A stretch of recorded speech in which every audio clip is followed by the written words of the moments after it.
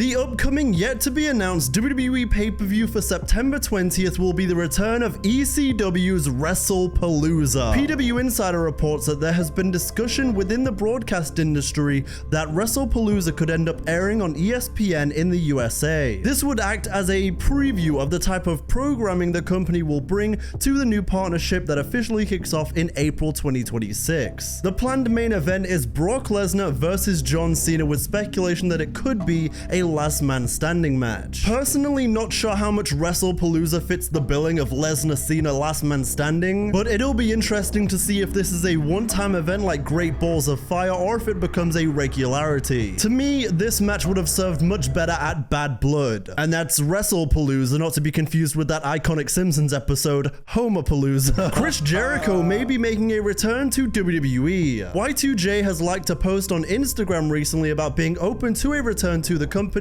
once his contract with AEW expires at the end of this year. I wouldn't say no to it personally. Even with the creation of AEW, I wouldn't say he ever burned any bridges, and it goes without saying that he is more than deserving of a last run and a Hall of Fame induction. With WWE having their Royal Rumble in Saudi Arabia next year, Jericho being a surprise entrant would garner a sizable pop.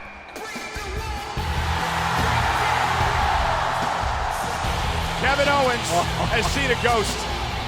His mortal enemy, former friend, Chris Jericho. He doesn't even have to wrestle a ton of matches because, let's face it, bro is pushing 60. But one final run heading into WrestleMania 42 where Jericho is like Old Yeller and a young gun has to put him out of his misery to retire the future Hall of Famer could be really great. In a similar manner to Ric Flair, he could get inducted the same weekend as his WWE Swan Song match. Of course, I don't hope it continues to go like Ric Flair, where Jericho then goes to TNA and then does like a whole pay-per-view dedicated to his final match and then says, no, I actually want to keep going and die in the ring. Don't do that, Y2J. I think after the runs they're on, this should go to either Bronson Reed or Braun Breaker. Then we have a preview for Monday Night Raw tonight, and it's looking like a solid show. Roman Reigns is in the house, and Naomi will be addressing the state of the women's world title, where I really hope Naomi just comes out and says, "Y'all thought I was finished, huh?"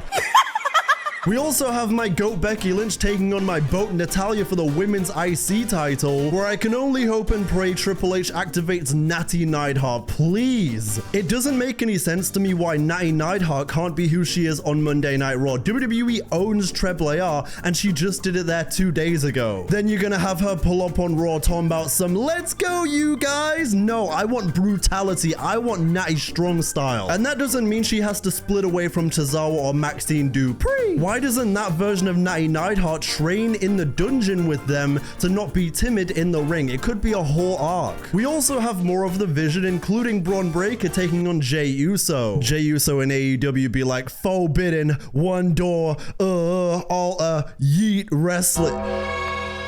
Also on Raw, we have Io Sky taking on Raquel Rodriguez, which is gonna over-deliver, I feel. Raquel has been steadily improving so much this summer, and Io is arguably the best women's wrestler in the world, so I think this one will be fun. More than likely, there will be continued tensions between Asuka, Kairi, and Io that may cost Io another match against the Judgment Day. And also on Raw tonight, we have Xavier Woods taking on Penta, continuing on with the New Day and Big G's war on Adam Pearce. And speaking of Raw, Mr. Iguana and Triple AR champion El Hijo del Vikingo are both in Philadelphia ahead of the show tonight. Vikingo will be continuing his feud against Dominic Mysterio, which will carry into Worlds Collide in September. Mr. Iguana will just be appearing sporadically across WWE programming because the company has been very happy with him so far. Something tells me that there may be another Lieska Demonita interaction so WWE can keep pushing the merch while it's fresh. And after Vikingo's response of many boos at Triple Mania, a lot of fans were confused who may not be as tapped in with the Triple AR scene. In a weird turn of events, I've learned that Mexico loves Alberto Del Rio and they were mad that he dropped the title to Vikingo. Apparently Vikingo is being overpushed in Triple AR like 2015 Roman Reigns,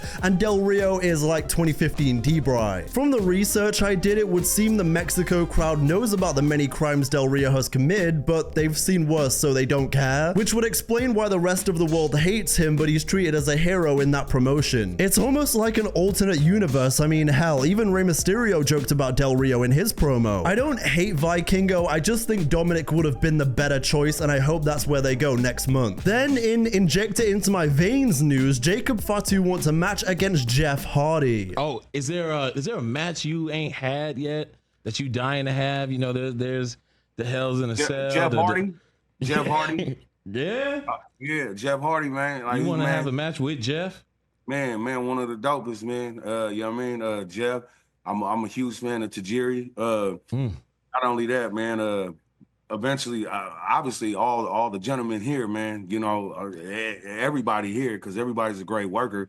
You know, I was very blessed to, you know, even work with Boston's own, man. Carmelo Hayes, Andrade, Ciampa, Johnny. I mean, you know, I used to watch these cats. You know what I mean? So to come over here and just to, man, just to be able to be blessed and work and tie up and, you know what I mean, and mango with these cats, man, is awesome. But imagine that Umaga Jeff Hardy vibe in a street fight. Imagine the battle of the Swanton Bomb. Oh man, it would be good. Then John Cena believes that Logan Paul is underrated rather than overrated. Do I think Logan Paul can beat me up? Yes. I think he's got a very good chance of beating me because he's really good at WWE. And I know there's not a lot of people in this room that like him. He is not a likable guy. I disagree. I think he's underrated. I think he gets a bad rap. He's not an outsider. He belongs in the WWE. I think his best days are ahead of him. I think he's got championships in his future. I can tell you that I'm not looking past Logan Paul, and I'm not believing any of the hype that he's this outsider and should be taken lightly.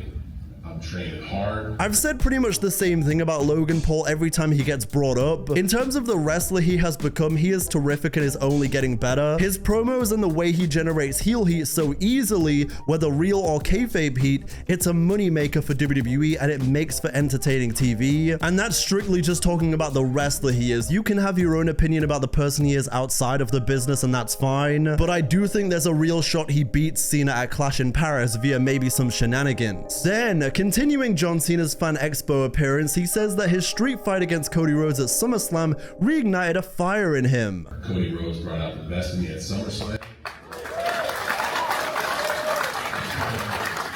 Reignited the fire in me, and I know I have a very, very tough opponent in Logan Paul. So do I think he can beat me up? Yes. Will he have to earn every inch? Absolutely.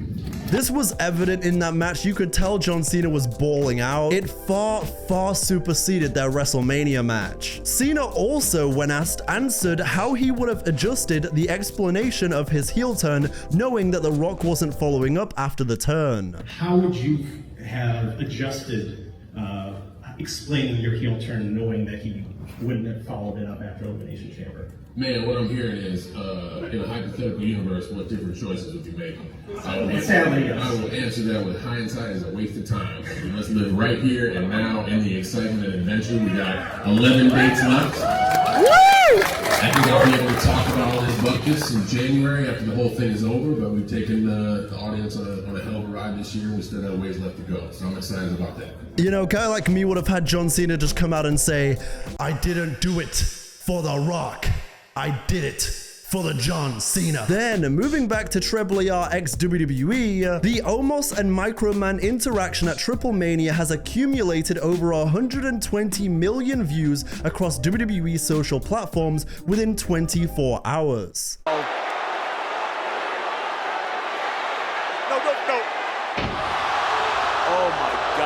Which makes a lot of sense because even the most casual non-wrestling fan loves these big guy, little guy matchups. It's why damn near everyone knows about Mysterio and Khali with the vice grip in the 2000s. I'm just happy Omos is getting more and more opportunities. Triple H also released his speech before Triple Mania saying WWE is not there to change everything. I want to make sure that everybody understands that we're not here to change this.